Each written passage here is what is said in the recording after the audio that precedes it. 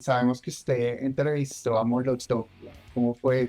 ¿Qué te pasó a ti en esos años ahí, mientras cubrías, mientras estabas más cerca de los artistas? Iban a llevar el programa Maluma en esa época. Tipo, bueno, ¿siente usted quién es? Franz Ferdinand. Cocota Mario. Y los manes rompieron el hielo y empezaron a balsear, a montarla. Ahí nació la escena. ¿Cómo hacían para hacer un programa sin presupuesto? Ustedes llegaron a hacer el cubrimiento de Mitzi. Ah, no tiene libreta militar. Ay, camión.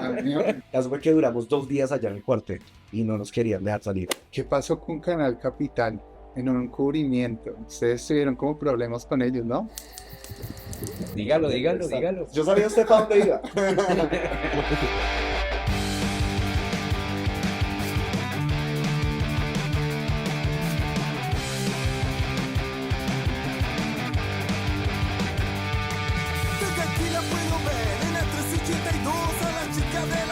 Hola a todos, bienvenidos a nuestro primer podcast de itinerantes. Este proyecto lo hacemos con el fin de darle voz a esas personas que tienen muchas historias que contar.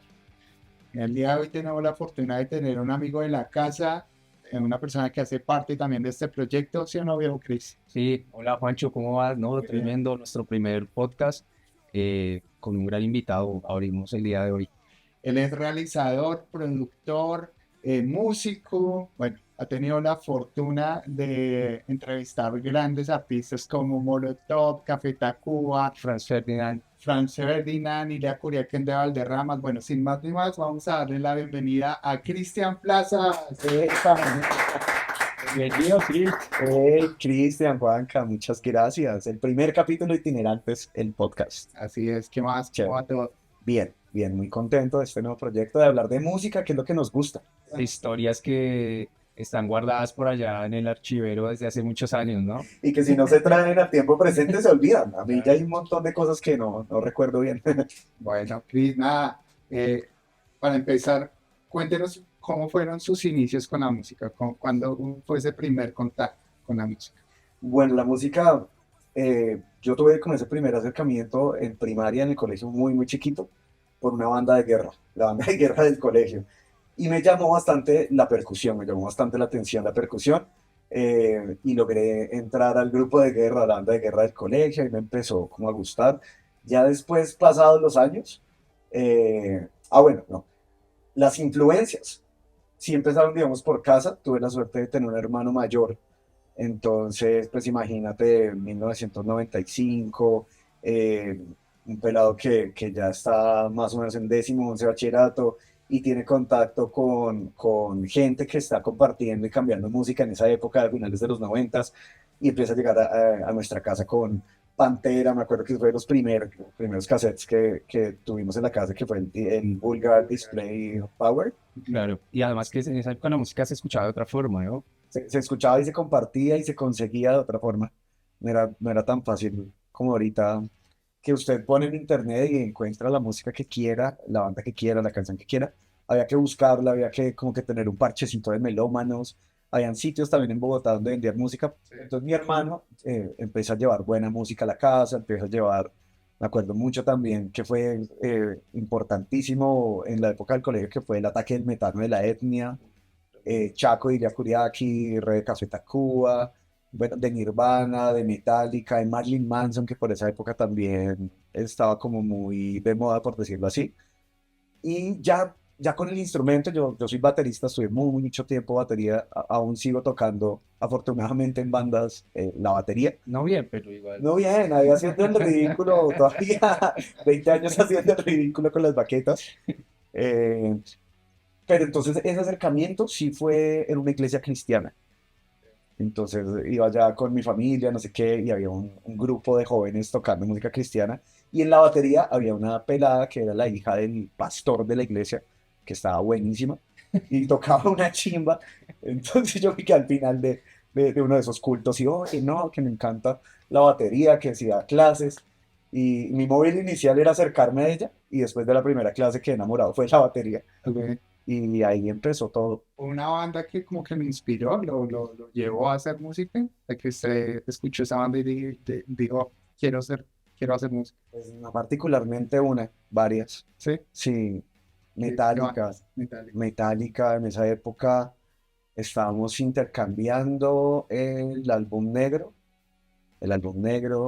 después llega la Justice for All y como tocaba Lars Ulrich, me parecía del putas. Y lo escucháis, uff, sí, sí. Porque que era como muy extraño, no sé si recuerdan en esa época con Metallica, que bueno, uno casi siempre entraba como por álbum negro y eso, pero empezaba como después a devolverse, a Ajá. escuchar Kill 'Em All, Ride después the como que Lightning. esos discos era muy interesante escucharlos como en desorden, ¿no? Como que Ajá. venían en desorden, no teníamos como la oportunidad de que viniera todo un paquete Ah, junto. no, lo que algún parcero tuviera. Claro, y eso era pues súper interesante como ver y conocer de esa forma a la banda, ¿no? No Sí. solo como de forma lineal, tal vez como se hace actualmente, ¿no? Y que Metallica además era muy, muy rico de escuchar cada álbum porque, pues, aunque mantenían como la misma línea, obviamente, en su sello de Metallica, pero como el feeling y la historia, las historias que podían transmitir dentro de cada disco eran súper distintas. Entonces siempre también era algo nuevo.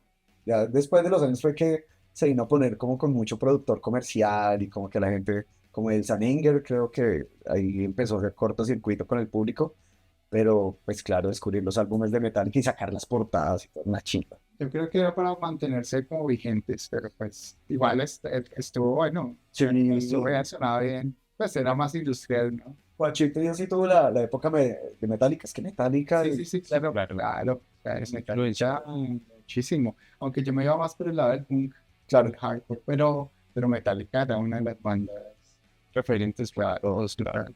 y que conseguir hardcore y punk tampoco era tan fácil en esa No, época. eran Viuda Negra que Ajá. traían como acetatos, pues, y cassettes. Yo tengo un amigo que viajaba a Estados Unidos, traía la música y todos llegábamos o sea, nos reuníamos a grabar, o sea, a pasar la música. Ajá. Llevarse Entonces, la copia en cassette. sí, el skate nos unió también, pues, montábamos tabla y todos tenían como maletas y intercambiábamos cassettes. Claro. Es un proceso el cual, pues para los que no sepan, con Juacho tengo la oportunidad de ver el documental que estás construyendo, de cada Ah, descarga. que ya no, que ya lo mostramos, claro. El documental está tremendo para los que quieran conocerlo. Por acá les vamos a dar información para que vayan y lo visiten.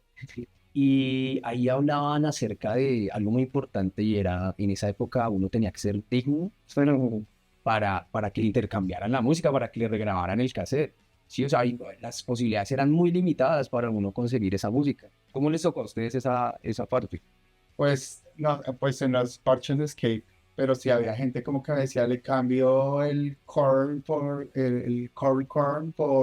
psicofirol y yo, nada, o sea, Te yo lo cambio por respeto, otro de Korn. sí, yo como que le dije, brother, yo respeto corn, pero se me da hardcore, o sea, cámbienme algo por que sea hardcore. No, eso es hardcore y yo, no, ¿qué va a hacer?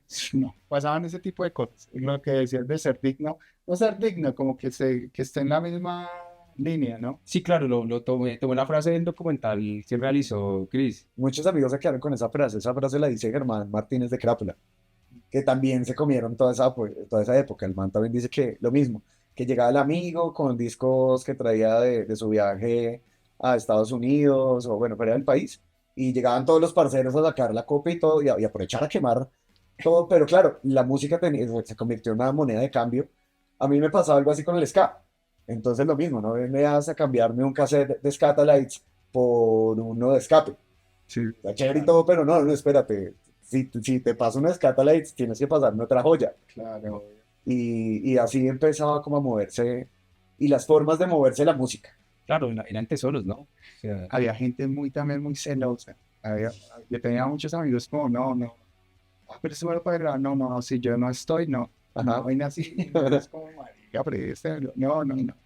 Pero bueno, finalmente, pues, ahí como que compartíamos música y estaba bien. Esa época era bien chévere porque se disfrutaba mucho el tema, por ejemplo, en el tema de los CDs, como la carátula, los artes, era un tema más, como más puro, ¿no? iba más allá de Ajá. la música, ¿no?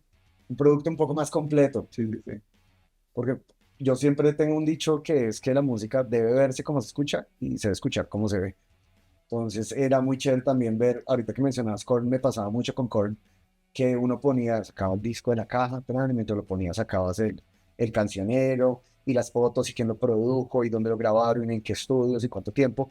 Pero adicional de esa información, fotos de los manes que se veían como su música. Sí. O sea, la producción fotográfica y todo el arte del disco iba muy de la mano al concepto de lo que usted estaba escuchando y de lo que los manes en ese momento estaban comunicando.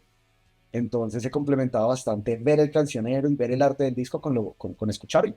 ¿Usted no se acuerda también que había ese tema de las canciones inéditas que iba hasta El bonus track. Sí, el bonus track. Y esa era una chimba. El bonus track era una chimba. Y Cristian me hizo recordar cuando en esa época había muchas tiendas de discos, Ajá. muchísimas tiendas de discos. Recuerdo mucho una que me quedaba en un almacén de estos de grande superficie y yo pasaba la tarde yendo a ver las carátulas de los álbumes. Qué chingo. Y pues no, obviamente pues era muy limitado el tema económico pues para uno en esa época, no sé, comprarse un disco original. Es que eran caros. Carísimo.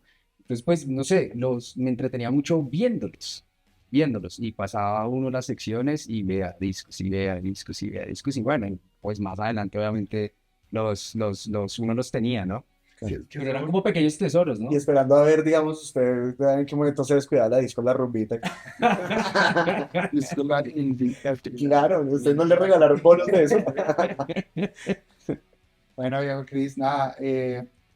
¿Hubo alguien que le puso el ojo a usted? O sea, la primera persona que creyó en usted, ¿quién fue? Uf, la primera persona que me dio la oportunidad, ella en ese momento era la coordinadora de producción del Canal 13, se llama Liu Alep, a quien le debo muchísimo y fue muy, muy, muy importante por todo su apoyo. Así dato curioso, ella venía del parchecito de Hollywood, ella era la productora, era productora de Carlos Mayolo y de Luis Ospina, y en esa época, pues como les cuento, hacía toda la coordinación de producción y yo estaba en ese momento como asistente de estudio y en la universidad acababa de hacer un contenido para una clase referente a las corridas de toros, yo pues re antitaurino y a mí me pareció que había quedado muy bien. Dentro del grupo de realización no había quien lo presentara, esa fue la primera vez que yo dije, háganlo, yo lo presento, venga. Y se lo mostré a ella, fui así todo metido a la oficina de ella, yo, bueno, es que hice esto en la universidad, chévere conocer tu opinión. Le dejé el VHS, ella lo vio y como a los 3 días, pues me invitó a su oficina, me dio como el feedback del contenido y le gustó cómo lo había hecho y cómo lo había presentado y empezó como a darme esa oportunidad. Obviamente uno también mostrando como el interés y proponiendo, que fue lo primero que pude hacer, que fue proponer este especial de Rock al Parque y después la escena. Todo eso fue gracias a esta señora muy, muy importante en mi carrera y en mis inicios. Queremos que nos cuente un poquito usted cómo llega al Canal 13. Bueno, yo soy comunicador social, pero antes, digamos, de estudiar la carrera profesional, yo iba a ser músico, quería ser músico, había estudiado batería desde muy pelado, y por cosas de la vida, pues mi papá fallece, salgo del colegio, se enfrenta uno como a ese tema de bueno, ¿qué es lo que va a hacer? También no tan pelado, yo recibí muchos comentarios como que nada, eso de la música, eso es para terminar tocando en un bus y los músicos se mueren de hambre. Y de pronto uno sí puede tener su pasión súper arraigada, pero también el miedo de ese momento y como las dudas, bueno, y entonces estudiar algo que sea más serio. Y di con la comunicación social, creo que tuve muy buena suerte. Y para unas vacaciones, yo en el colegio donde estudié quedaba cerca de donde quedaba Canal 13, que es un colegio que eso es otra historia, el Cecil Reddy. Y para unas vacaciones yo usualmente viajaba a Cali, esas vacaciones me quedé acá y dije, no me voy a quedar tan desocupado. Y fui personalmente allá atrás, toqué con la recepcionista, buenas, es que no, soy estudiante de comunicación y quisiera hacer prácticas. Me puso a hablar con otro man, yo no tenía el semestre aún para hacer prácticas, no sabía aún ni poner una cámara en un trípode, pero necesitaban manos en esas vacaciones y me dijeron, hágale, venga, para el estudio. Y así arrancó esa primera oportunidad. Arranqué como asistente de estudio en el 13, duré bastante tiempo. Ellos tenían como un tránsito de los estudiantes en práctica en diferentes áreas para que usted aprendiera también a hacer asistencia de estudio, después tener el máster de producción, si tenía el chance lo ponían también en el equipo de producción de algún programa. Yo llegué hasta el máster de producción y ahí alguien que tenía una franja de la tarde, que era el hijo de Hernán Orjuela, habían dos franjas de música importantes, Play TV y otra en la tarde que se llamaba Showbiz. La de Showbiz era de la empresa de Hernán Orjuela y en ese momento uno de los presentadores era el hijo, nos hicimos buenos amigos y él estaba haciendo un programa de cine en esa época de bandas sonoras, de música también. Necesitan como un reportero que pudiera, lo pudieran llevar a eventos y pudiera hablar de música, pero música del cine. Claro. Y a él me dio la primera oportunidad de empezar como a hablar de música, la cosa empezó a salir bien. Y para un Rock al Parque, eh, yo pues ya había ido a varias ediciones, aunque estaba muy pelado, pero yo iba a Rock al Parque como desde los 14 años con mi hermano. Y les propongo, venga, hagamos el cubrimiento de Rock al Parque. eh, O sea, Cristian es el que propone a Canal 13, vamos a cubrirlo al parque. el canal nunca había estado en un cubrimiento del festival. Había, ¿Qué año fue? Eso fue en el 2004, que fue preciso para los 10 años de Rock al Parque, que fue la Rocola Coca-Cola, Ok. que fue además el primer Rock al Parque. Pato, danos cosas gratis, Coca-Cola.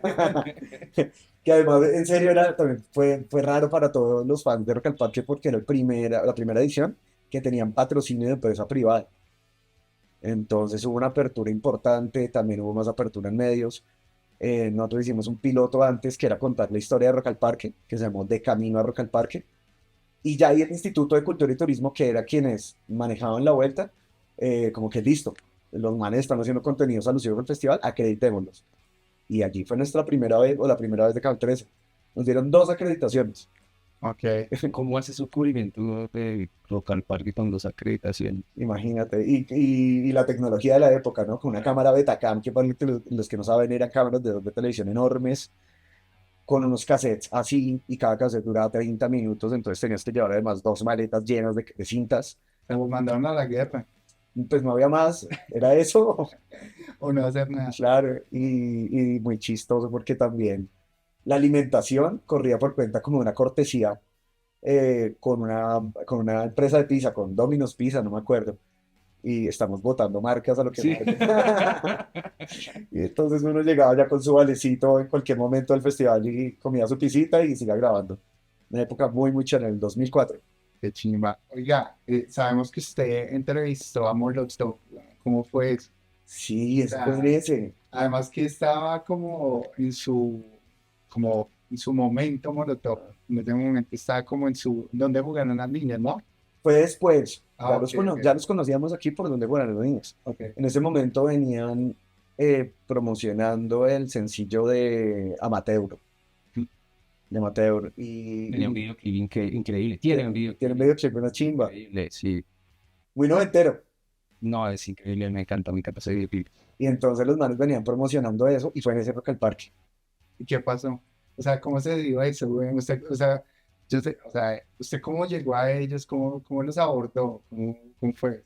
Yo hace rato no estoy en prensa en Rock al Parque, pero usualmente detrás de las tarimas lo que no ve toda la gente es que atrás hay una zona de prensa, una zona de camerinos donde las bandas tienen los horarios, tú los puedes encontrar no el día que tocan, sino el día anterior, porque las bandas a veces van a ver a otras bandas del cartel y estos manes estaban en esa y también estaban promocionando, o sea, estaban entregando el sencillito, así en su cajita de cartón, su CD, a la gente de las emisoras, a la gente de los canales para promocionar pues la canción que estaban lanzando.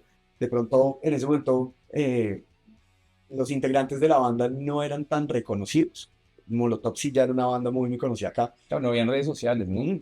Y los manes andaban así por las carpas de prensa y pues, sin mucho tráfico, sin gente que les pidiera autógrafos o fotos o entrevistas. Les pedí la entrevista, me les acerqué con el camarógrafo, hola, ¿qué tal? Nosotros somos de Canal 13, de Colombia, para una entrevista, para hablar del nuevo sencillo, los manes súper buena gente. Entonces empezamos a conversar, tan, y los manes rompieron el hielo y empezaron a balsear, a montarla. Un momento que pues yo tenía que por ahí 20, 21 años, creo, y les digo, no, sí, claro, no, yo los escucho desde que estaba pequeño. Y yo, no, pues no has crecido mucho, güey. Y bueno, muy chévere. Al final que terminamos de grabar, les pedí un saludo, invitando a ver a continuación su video amateur y también fue pues un parche porque el mensaje fue algo como, hola, hola, gente de Canal 13, mientras más lo miras, más me crece. Les mandamos un saludo con Molotov, de Molotov con todo respeto, y esto que sigue se llama Amateur. Y esa colita se la pegaron tanto en la franja de Play TV, en la franja de Showbiz, y así rodó un montón de meses. Entonces, como que ese documento chiquito de ellos en Rock al Parque se mantuvo vigente, y pues para nosotros fue una experiencia muy chévere también poder entrevistarlos también de esa forma, como tan relajada y como tan personal, que a veces eso en Rock al Parque con algunas bandas es complicado. Tú tienes el horario de la rueda de prensa, si conoces al manager o al de la disquera, de pronto te dan algo personal, pero no es tan común que pase que tú los puedas entrevistar como tan íntimamente, tan personalmente. Esa es una chica. ¿Qué otras bandas tuvo la oportunidad de entrevistar en esa edición de Rock al Parque? En esa edición, que en verdad ya no tengo nada de material de la edición, pero en esa, por ejemplo, estuvo también Café Tacuba, estuvo Julieta Venegas, eh, eh, no me acuerdo de, bueno, vinieron los Scatalites, a ellos sí no los pudimos entrevistar, pero estuvimos en la rueda de prensa. Para mí, que soy fan del ska, también ver a esta banda en un festival como Rock al Parque fue toda una revelación y fue como me dieron un tremendo premio. No sé si les ha pasado, yo creo que a mucha gente le pasa, que usted está esperando con tantas ansias ese concierto que cuando está tocando usted, hasta que como que no lo cree, está como absorto viendo la banda y casi como hasta el punto de aguársele los ojos. ¿Les ha pasado con alguna banda que Sí, ustedes sí, sí, esperan mucho claro, verlo? A claro. usted yo creo que le pasó con Limp Bizkit. Limp Bizkit me pasó con Rancid cuando vino a Stereo Picnic. Esa vaina fue, claro, Mario, yo dije, nunca van a venir acá, o me tocaría ir a buscarlos, claro, en algún show. Rancid, yo creo. Rancid, Chris. Rancid. Rancid también. Rancid es increíble para los que estuvimos allá. Fue un show, No, fue una fiesta, hermano. ¿Qué año fue? ¿Qué año fue? ¿Se acuerda? 2016 tal vez, Sí, no recuerdo el año, tal vez fue 2016, 2017. No, fue una sola canción el concierto. O sea, increíble, Es increíble. que no había ni siquiera poco. La gente, weón, saltaba y se abrazaba, weón. O sea, era una Sí. vaina, Súper lloraba. nostálgico, sí, Muy nostálgico. muy nostálgico, muy O sea, nostálgico. porque, no sé, y fue mucha gente, había en toda la gente de verdad que seguía la banda. Yo tuve en ese concierto, recuerdo que un amigo que vivía en Argentina no lo veía hace un par de años. Y de repente estamos ahí en medio de la vuelta en Rancid y me lo encuentro así de frente. Sí, sí, sí, era de abrazos como de nostalgia, era una vaina increíble. Creo que el Rock al Parque tiene como también una magia ahí, de esos años, una magia como, no sé si dorada o qué, pero en esos años pasaron muchas cosas De acuerdo, tremendas en Rock al Parque. de ¿Qué acuerdo. te pasó a ti en esos años ahí, mientras cubrías, mientras estabas más cerca de los artistas? ¿Cómo fue ese tema?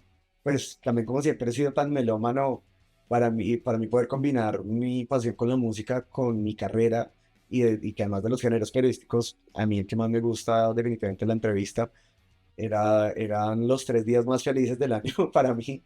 Yo me acuerdo que yo llegaba muy vicioso al mediodía y éramos los últimos en irnos después de que ya todo el mundo se había ido y coger bus o coger taxi a esa hora.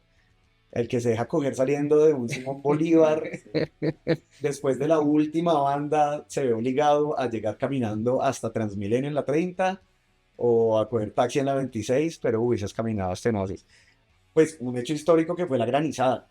Ok, sí, sí, sí, La que se granizada, canceló. no recuerdo, creo que fue en 2008, 2007, no estoy seguro. Me acuerdo que iban a tocar los parceros de Nepentes abriendo el escenario Plaza. Nosotros ya estábamos ahí todos los de Canal 13 porque a medida que fueron pasando los años, también el chico se fue agrandando. Entonces ya nos unimos los dos programas de rock, que éramos La Escena y Rocket, que de hecho pues bajo la dirección de un grande que yo creo que más de un rockero colombiano lo conoció, que fue Gabriel Arrieta, el director de Rocket, que también le dio una apertura a todas las bandas bogotanas y colombianas, muy importante. Eh, Falleció ya hace algunos años, y pues sí, está bueno traerlo ahorita aquí a la memoria. Nos unimos con Gao y con el equipo de Rocket, y entonces pues ya teníamos una tarima, y ya teníamos una tarima al lado de mucha música. ahí en el escenario central, en el escenario plaza. Y eso también nos permitía a tener más credibilidad y a poder tener unos contenidos un poquito más desarrollados con las bandas que son headliner, que usualmente esas son las que son muy complejas para entrevistar, sea un medio alternativo o sea un medio tradicional. Si no es tan taquillero, a veces es complejo lograr entrevistas con los cabezas de cartel. Entonces también nos permitió que llegaran los miembros de las disqueras. Es una chimba, porque también las bandas vienen a hacer promoción. Entonces, digamos, tocan el domingo, pero entonces el sábado se van y hacen su gira de medios y están en Radiónica, y están en Canal 13, y están, antes había otro programa que llamaba Supertónica. Bueno, éramos varios programas de rock and roll dedicados al rock and roll nacional, cubriendo todos los 3 días de Rock al Parque. De la granizada, eso fue algo también muy, muy importante. El cambio de paradigma, porque lo que usted mencionaba, también veníamos de los 90 y los primeros del 2000, y era un festival también de mucha tradición metalera, mucho más estridente. Con la llegada de la Rocola Coca-Cola se habilita una tercera tarima que se llamaba Electrotarima. Eh, y entonces ahí ya, por ejemplo, no estoy seguro si fue en ese 2004 o en el 2005, vino Miranda. Creo que fue el Rocola Coca-Cola. Entonces ya de pronto la gente que era fan asidua del festival y más vieja guardia, pues como que esta mierda que esto es rock y esto es metal. Creo que pasó lo mismo con La Mosca. La Mosca tocó y el man se trepó como no sé, como Como en los andamios del backstage o algo así. los andamios y lo trataban muy mal al man, pero ¿La no le Mosca? hacían, sí, La Mosca, eso pasó y todos como, no, ¿cómo van a traer? Porque me acuerdo en ese tiempo era como, el sábado era metal, creo, Ajá, el no, día más metalero, todo de negro.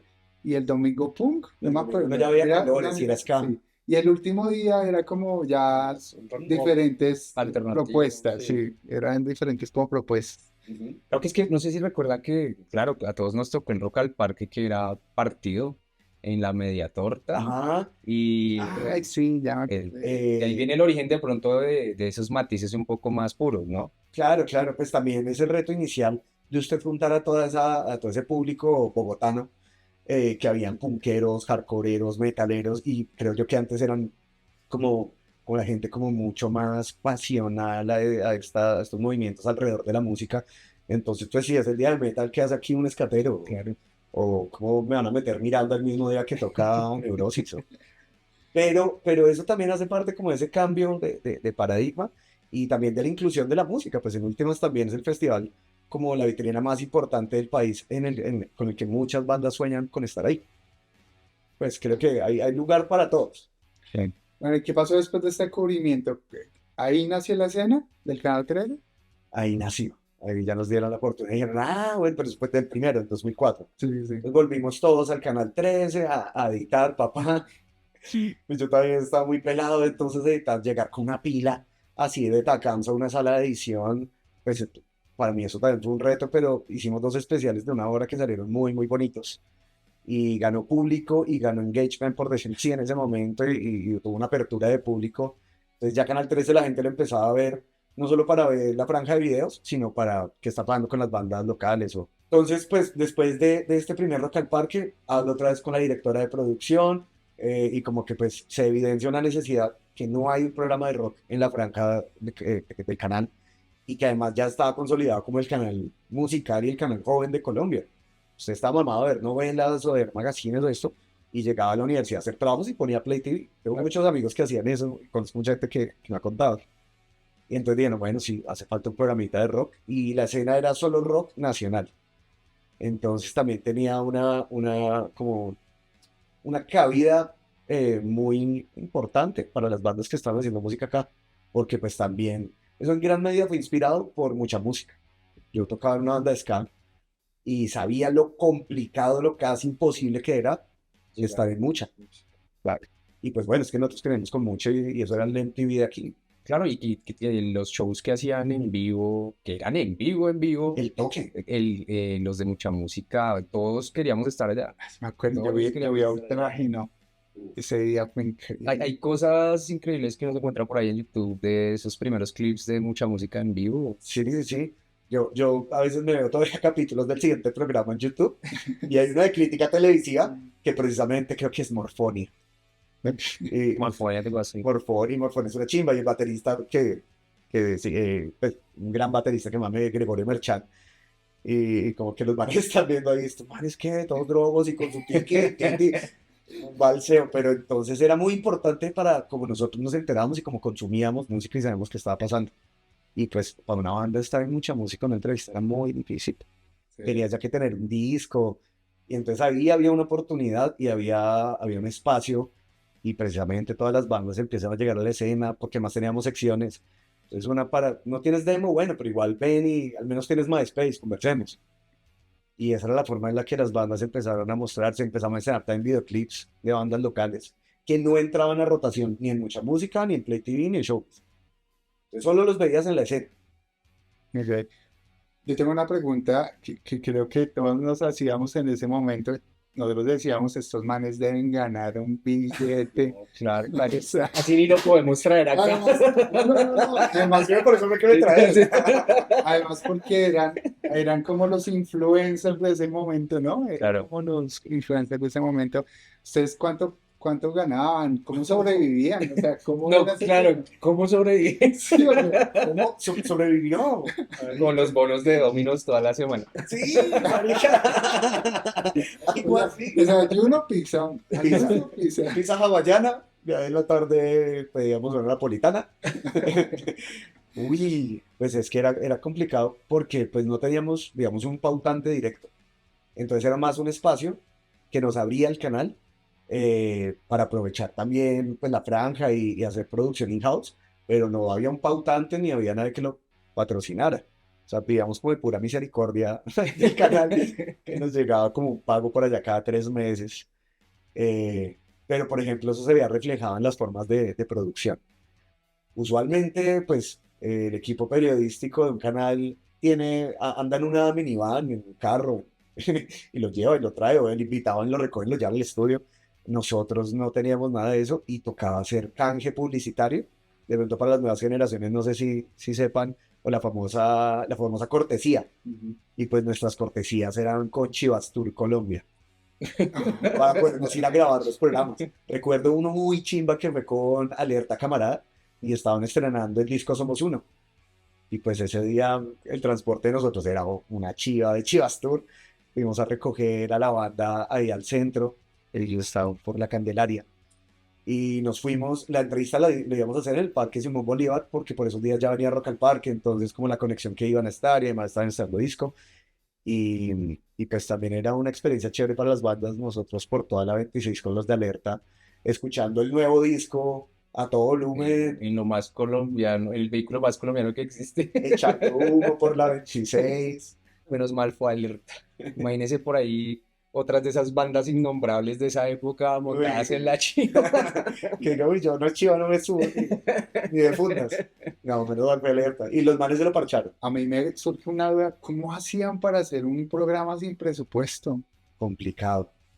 No, pues también coincidimos que la edad, en que yo todavía estaba en la universidad, yo empecé a armar combo.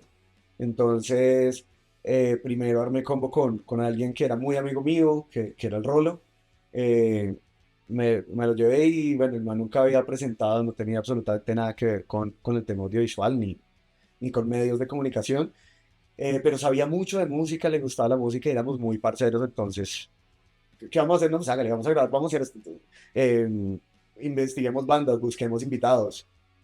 Y él ayudó bastante. Después llegó el viejo James, el de Cuatro Extraños en DC, que pues tiene mucho conocimiento de bandas de metal y en sí de música. El tipo es muy melómano, tenía una colección de música bien importante, de DVDs.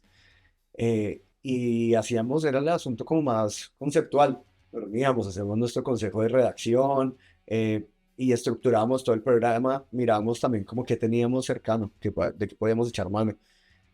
Por ejemplo, el viejo James era muy amigo de Son Días de la Pestilencia, entonces ya nos saltábamos un poquito la disquera y buscar quién los conocía, si nos acercábamos a las bandas directamente, pensando mucho como en el contenido, que de pronto no requiriera mayor esfuerzo de producción, pero que contáramos con un invitado, con una estructura de todo el programa que fuera temático, que el video y el recomendado tuvieran que ver con nuestro invitado, con el tema que estábamos tocando.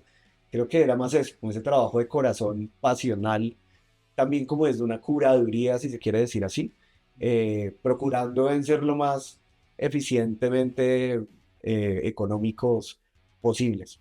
Claro, y se sentía así porque, pues, recuerden que estaba, por ejemplo, MTV, que era, pues, digamos, el gran sello, pues, que uno tenía como referente, pero la escena se sentía auténtica. O sea, esa pasión de la que habla Chris, uno la sentía cuando uno llegaba ahí, ¡pum!, prenda la tele y se sentía usted ahí. No era una copia de MTV, era algo auténtico, era bacano. Claro, y lo que dices es verdad, porque, por ejemplo, sí tenía, o por lo menos yo tenía muchas referencias audiovisuales diferentes a MTV. MTV claramente eran importantes, mucha música era importante, como hacía los programas Héctor Mora, que era el director de mucha música. Había otro que yo era muy, muy seguidor de ese, y fue una referencia importante, que era un canal chileno, un programa chileno, que se llamaba Vía X. Y eso a mí me llamó bastante la atención porque, a diferencia de MTV, podían hablar de música, de lo que fuera de música, con un tono muy periodístico, muy serio, dándole como ese rigor periodístico a la información musical, que no necesariamente porque tú estuvieras hablando de rock o de música tenía que ser como mal hecho.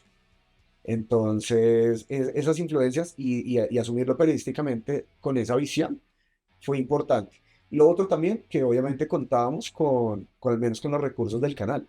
Teníamos lo más importante, digamos, el aire, teníamos el equipo técnico, teníamos el equipo de postproducción, y el resto era pues nuestro talento y nuestra investigación y la forma como producíamos. Hay veces que Chivas tú no nos mandaba Chiva, marica, y entonces tocaba pedirle el favor a la banda que fuera Canal 13 y nos íbamos todo el parche a grabar por ahí, por la Soledad, y a buscar fondos que igual también contextualizaran de ciudad. Entonces también eso también nos permitía que el programa fuera de alguna forma no tan complejo de realizar y pudiéramos plasmar lo que queríamos, que era mostrar la escena bogotana. Entonces nos podíamos parar en una calle en la 26 por donde la gente pasa yendo para el centro o para el aeropuerto y ya sabes que esto es Bogotá. Ahí confluyen varias cosas, Juan. Fíjese el poder de Bogotá, el local parque, la escena, y empiezan a pasar una serie de cosas ahí tremendas. Empieza uno que ver nuevos shows de bandas que empiezan a llegar acá, no sé, recuerdo Misfits, por ejemplo. Sí, ustedes hicieron cosas muy grandes, ellos hicieron cosas muy grandes, o sea, llegar, porque una banda internacional, ustedes llegaron a hacer el cubrimiento de Misfits en Colombia. Misfits, uy, eso es una historia, aparte del cubrimiento, como tal de esta leyenda aquí en Colombia, ese concierto. Pues primero, porque, pues, bueno, nosotros nos acercamos porque el baterista de ese momento era Robo, que es caleño, y por cosas de la vida, James tenía contacto, creo que con el hijo de Robo. El caso fue que por ese lado pudimos llegar a ellos, y entonces cuando vinieron aquí a Bogotá, eh, pues teníamos acceso directo. Tanto fue así que fuimos a la prueba de sonido.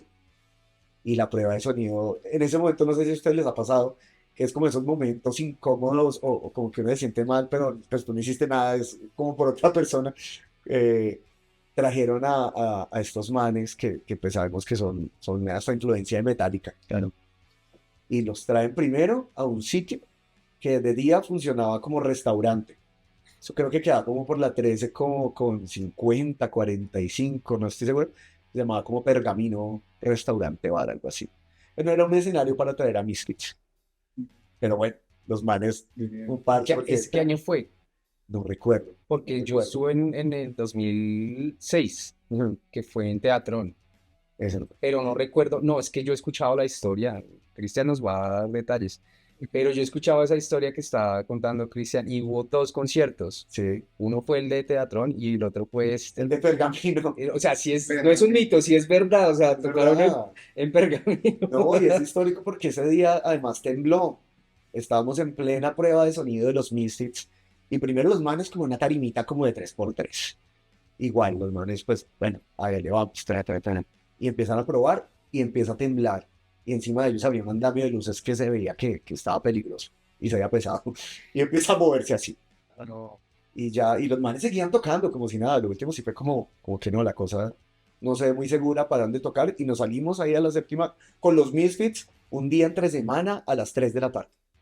Ahí en la 13 con 40 y pico, esperando a que terminara de temblar y que estuviera seguro para volver a entrar. Y la importancia de esas bandas grandes, ¿no? Porque una banda de ese calibre, yo creería que puede decir, no, pues, este no es un escenario seguro, empezando por ahí. Pero su entrega a la gente que sigue su música y pues usted ir hasta Colombia a tocar y marearse porque lo llevaron a Pergamino Café, restaurante bar, No, claro. unos duros, unos héroes. Yo creo que usted tuvieron muchas cosas, o sea, muchas historias para contar acerca de cubrimiento. Hay una muy especial que fue el Festival de Pamplona. ¿Cómo fue esa travesía? Pamplona, a Cristian nunca le conté el de Pamplona. No, Pamplona no. El de Pamplona, nosotros con la escena íbamos siempre a cubrir festivales a donde fuera. Y nos pegábamos el viaje y hacíamos lo posible por ir y hacer un informe de ese festival. Y organizaron un festival de reggae en Pamplona. Pamplona ya no recuerdo cuántas horas en carretera o por carretera está de Bogotá, pero lejos, lejos, sí, muy lejos, muy lejos.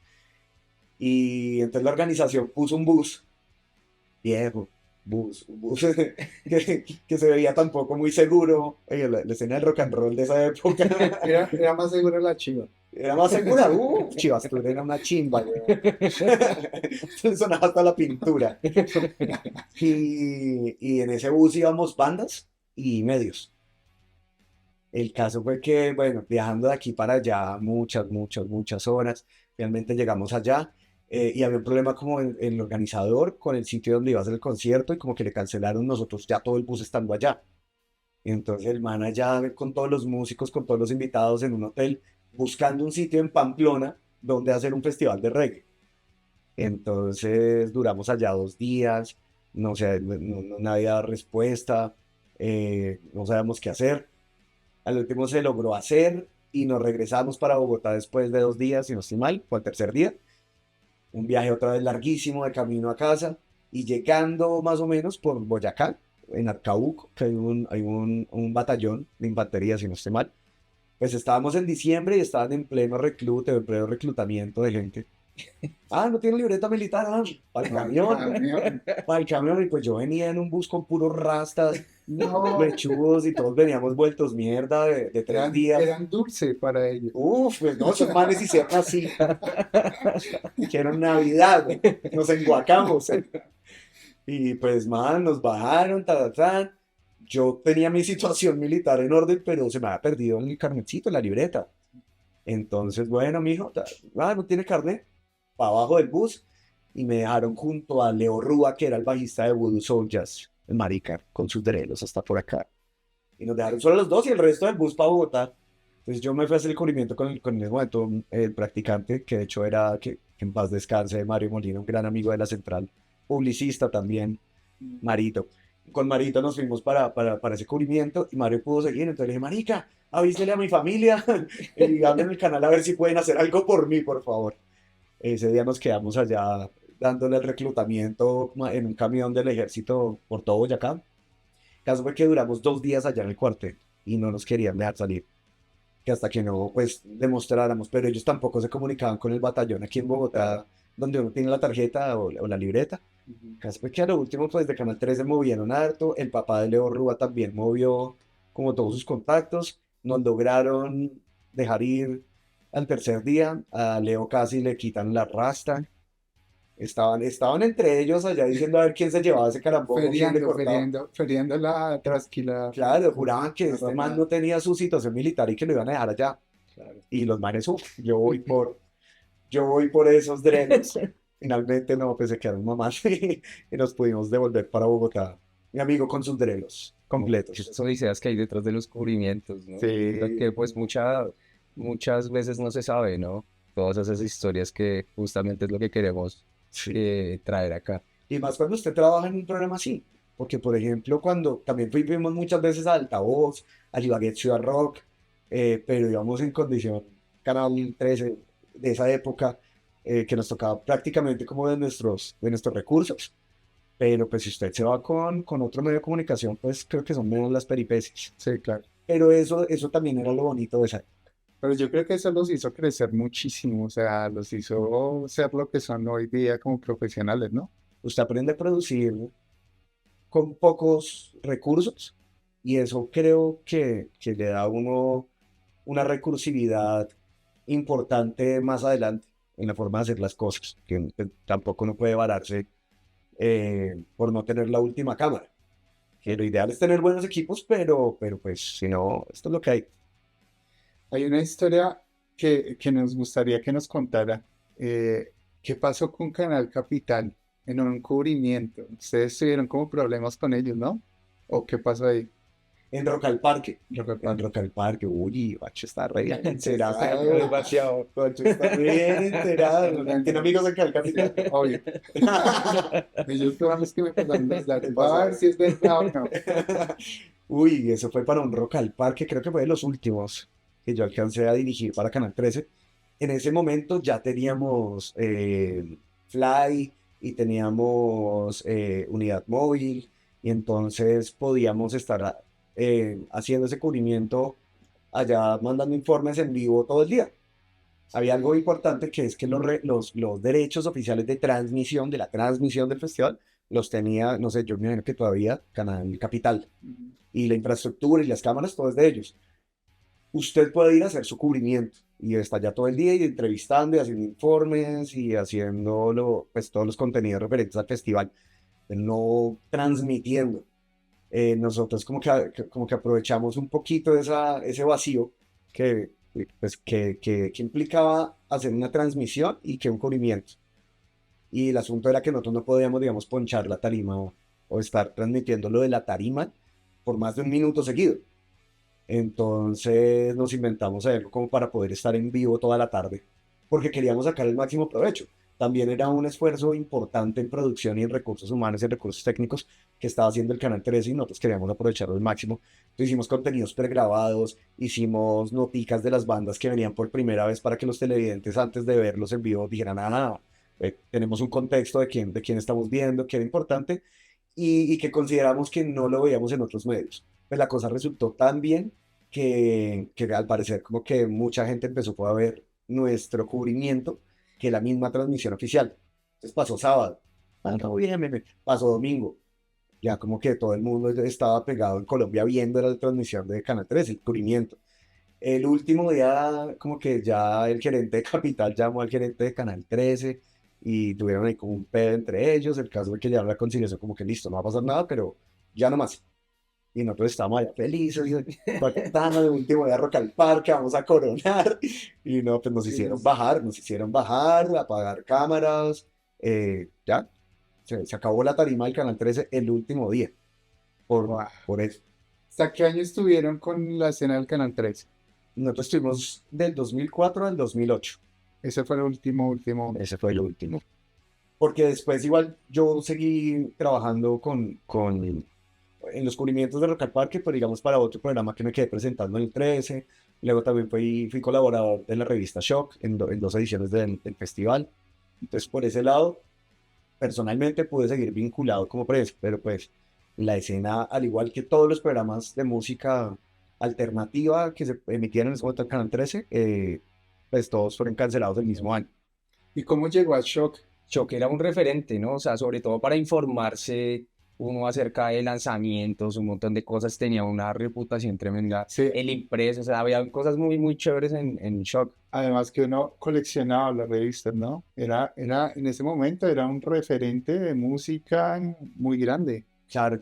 Bueno, no, pues como les comentaba hace un ratico, también hubo un momento en el que empiezan como a proliferar todos estos medios que sin ser independientes, pues no, tampoco eran de canales privados y que estaban interesados en cubrir música y cultura. Y pues Shock obviamente era como de los principales, al igual que Mucha, y empieza a formarse también como un parchecito de medios enfocados en música y empiezan a hacer participaciones y empiezan a hacer colaboraciones. Entonces, y bueno, y también hay una vinculación entre el Canal 13 y la revista Shock. Lo primero fue como un par, creo que de recomendados, como que hacíamos desde la escena, yo los escribía, de bandas locales que salían en el impreso. Luego también como que tuvimos buena cercanía en el Festival de Bandas de Shock. Allí fui jurado, representando, por decirlo así, a la escena. Y durante todo ese festival, pues uno se va haciendo como parcero y resultamos en un parche bacanísimo con muy, muy buenos amigos que hoy en día todavía somos amigos. Ya no nos vemos, pues nos vemos y somos parceros. Entre fotógrafos, entre periodistas, me acuerdo mucho estaba Mauricio Riveros, Sofía Sánchez, Germán Franco, bueno, hay un montón de periodistas que cubrían rock nacional y terminamos haciendo parches con ellos. Entonces, creo que Premio Shock 2008 y 2009, si no estoy mal, me invitan como colaborador para ser parte del equipo de video, porque digamos dentro de todo dentro de toda la ceremonia, dentro de todos los premios, hay diferentes frentes de trabajo, por decirlo así. Hay alguien que está backstage, hay alguien que está con artistas, hay alguien que está involucrado en la parte durante el show, y yo estaba con una cámara flotante, con un equipo flotante haciendo el making of. Y eso lo hicimos 2 años, 3 años, no me acuerdo bien. 2 años sí, súper fijo, no sé si fueron 3 años. Pero era por eso, como por la camaradería y porque éramos como varios colegas que todos estábamos pendientes del rock nacional. Con Radiónica también hicimos parche en esa época. Si ¿Usted cree que en esa época se empezó a consolidar el periodismo musical acá local? Se empezó a consolidar. No sé, yo creo que cogió fuerza, porque aquí siempre ha habido periodismo musical. Pues solamente yendo, como les mencioné ahorita, al director de Mucha en ese momento, que ahorita está en Radiónica, que es Héctor Mora. eh, ya había mucha gente haciendo periodismo musical, pero sí empezó a tomar fuerza y empezó como a ganar importancia. También porque el rock and roll y la música alternativa realmente en un medio tradicional nunca ha sido tomado como algo que produzca plata, que pueda tener salida comercial, o al menos en mi época. Ahora creo que sí es algo que está en la agenda, ocurren muchos festivales, la gente tiene que ver con estos conciertos, con las bandas, con la música que se está haciendo. Yo sí creo que fue importante, y fue importante también por las bandas que estaban surgiendo en ese momento, porque sí necesitaban como un espacio donde pudieran hablar y mostrar sus videos, y también establecer ese puente con los fans que pudieran estar enterados de primera mano de qué estaban haciendo sus bandas favoritas, sus bandas locales. Entonces, no sé si fue determinante, pero sí fue importante en esa época todo lo que ocurrió con esos programas. Mira, Cris, yo tengo una pregunta y es, ¿cuál fue la banda que usted dijo, o sea, nunca se le pasó por la cabeza que iba a entrevistar? O que usted dijo, "Bueno, ¿en qué momento estoy aquí?" Ah, uy, no, pero que me gusten o... Sí, sí, sí, sí. Ah, bueno, porque también con unas que no me gustaban. ¿Qué pasó? Bueno, también Yo puede. después de que se acabó la escena me quedé presentando un programa en el Canal 13 que se llamaba El Reto, y era como para pelados de colegio, y era después del colegio, era una franja por la tarde. Yo lo vi hasta en RCN. En RCN, sí, RCN, presenté, fue en 2 programas. Con J. Mario. Sí, sí, No, no lo vi. ¿no? No, no, no. No, Era como rico, Rico al instante. rico al instante. Amigos míos decían que se llamaba Hincho al instante. No sé por qué. Rico al instante, sí, en RCN. Fue un reality de 10 capítulos. Y después presenté otro programa con Sandra Masuera, que es la presentadora ahorita de Bravísimo. Bueno, la presentadora de Bravísimo. Pero en RCN era otra vaina, era con entretenimiento. Pero no nos contó cuál No, fue pues la en este programa la dinámica era que era en vivo, banda. y había que dar premios y había que recibir llamadas de televidentes y a la vez entrevistar a un artista diferente todos los días. Había veces que no funcionaba el phoner, entonces no podía recibir llamadas de televidentes. Ajá. Había veces que no habían premios, y había veces que se caían los invitados, entonces me tocaba a mí hablar 1 hora. Pero había veces que pues, sí cumplían con los invitados, que era casi siempre mentira, pero eran invitados diferentes a los de la escena. También me tocó entrevistar a un man que cantaba vallenato, que se llamaba Daniel Calderón. Estuve a esto también una vez, iban a llevar el programa Maluma en esa época. Entrevisté a Pipe Maluma. Bueno.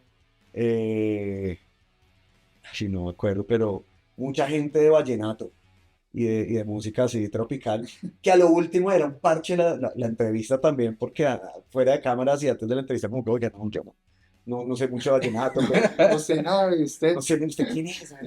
Y los manes que ya eran famosos, pero pues famosos como Sí, como en otros públicos en otros públicos. también. De Pero pronto, otra banda que le guste. y que sí, para mí fue como, "Uah, es que chimba", que fue Franz Ferdinand. Y ellos los trajeron para el Festival Iberoamericano de Teatro, si no estoy mal, en 2008. Y pues yo estaba era como asistente de dirección. Yo estaba era en el programa en directo, en toda la franja. Era una franja como de 1 de la tarde a 7 de la noche. Yo tenía que estar toda la franja durante el directo.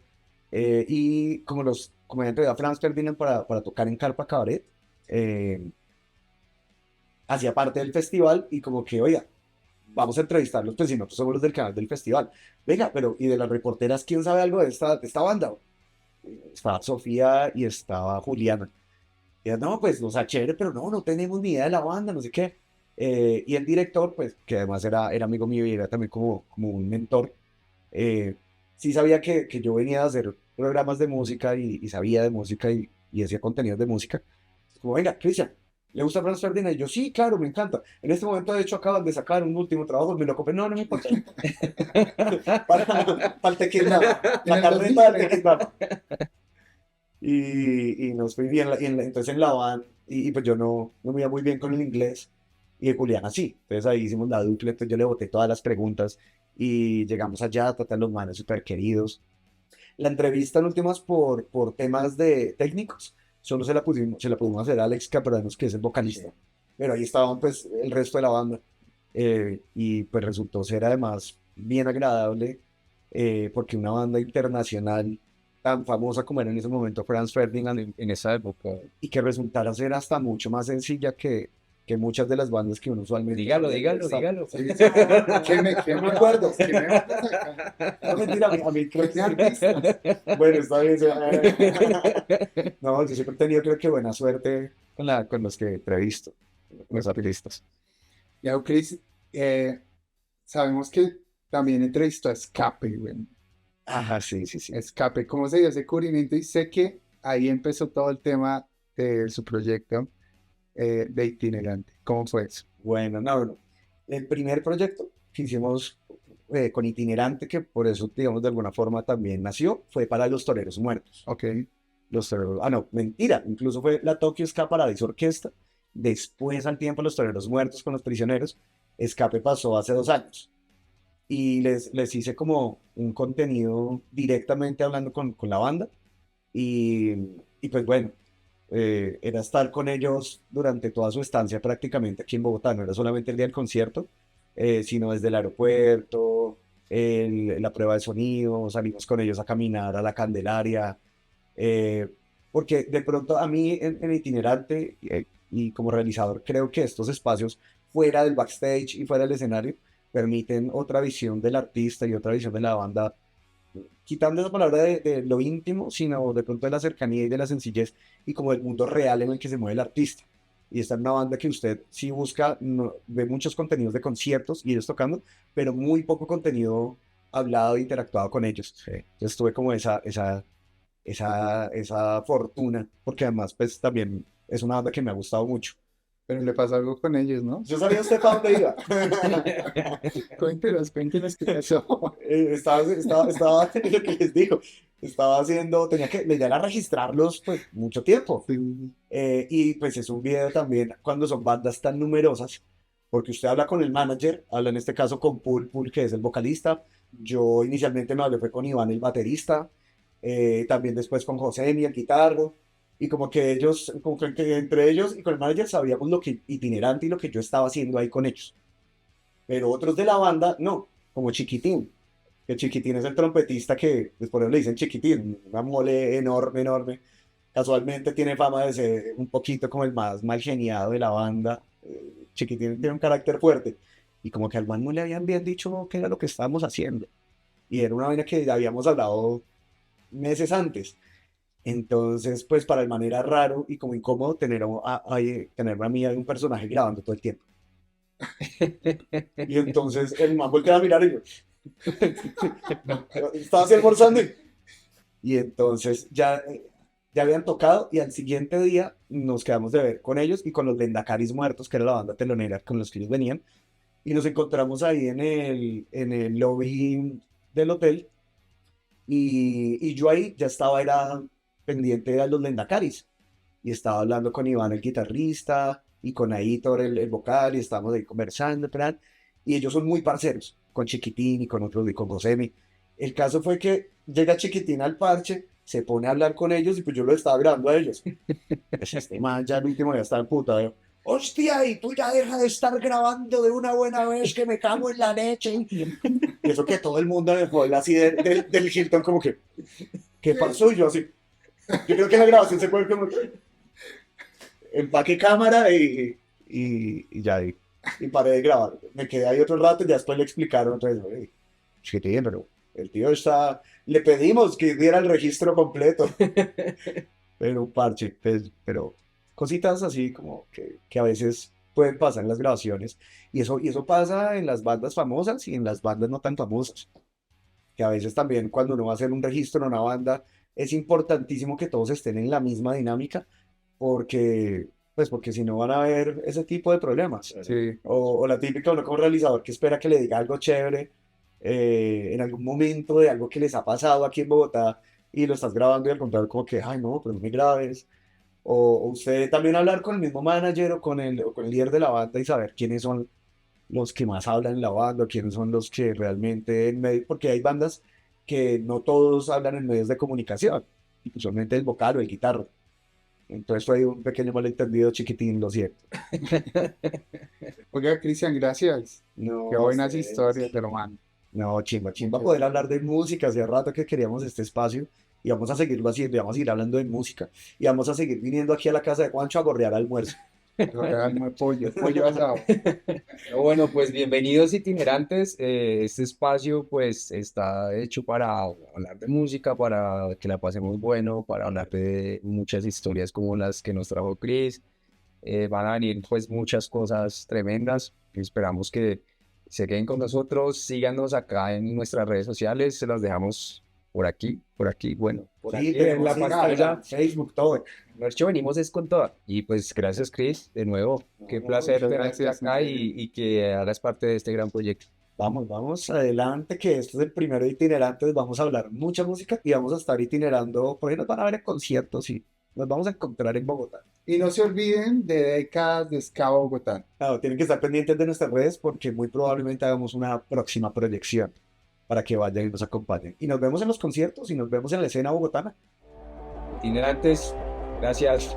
Saludos. Chao, guacho, chao, Cris.